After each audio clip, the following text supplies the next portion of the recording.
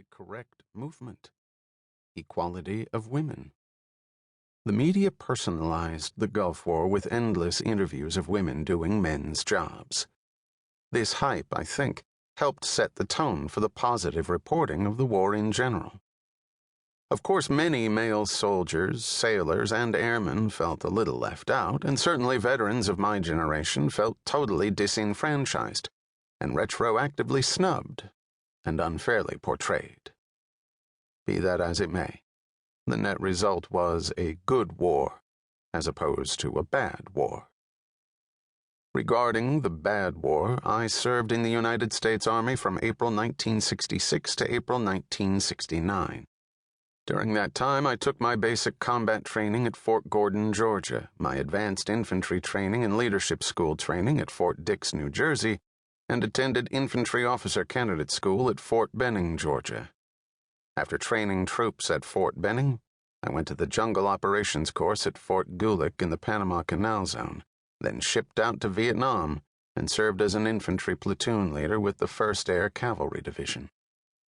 My 3 years in the Army were very much a male, macho experience, as you can imagine, and I did not interact with too many female soldiers. In fact, the number of females serving in the military during the Vietnam conflict was fewer than the number who served in World War II. In Vietnam, aside from military nurses, there were virtually no women serving in the war zone, except civilian Red Cross volunteers, known in the sexist jargon of the day as donut dollies.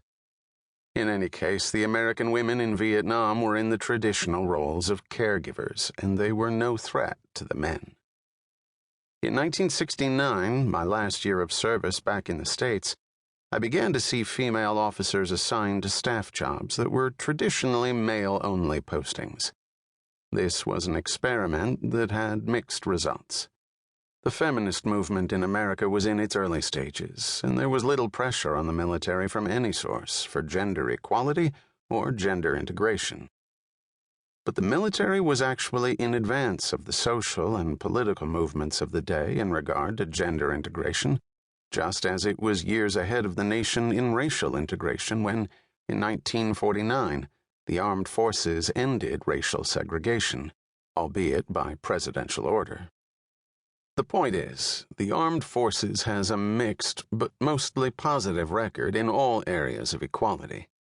This is partly a result of the nature of the organization. By that I mean, if you're going to ask a black man to fight and perhaps die, then you can't treat him as a second-class citizen.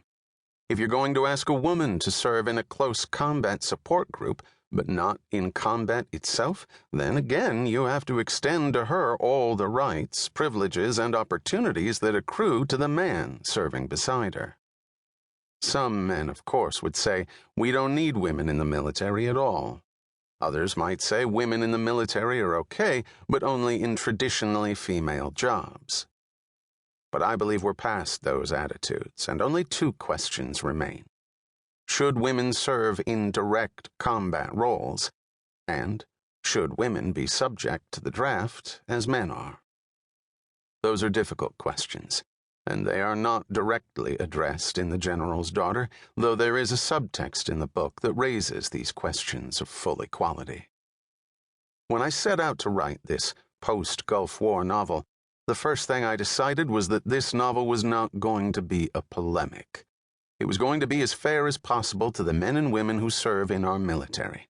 It was going to be fair to the Army, and fair to the concept of a gender-mixed military.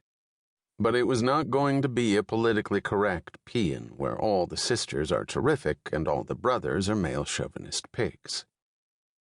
At about the time this novel appeared in the fall of 1992, the tailhook scandal was rocking the nation.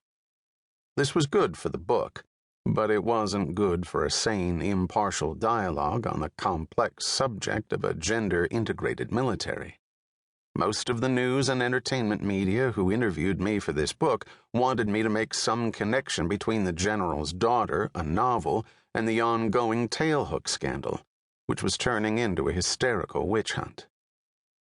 The incident in question, a party that got out of hand, was all of a sudden offered as proof that the entire military culture was corrupt and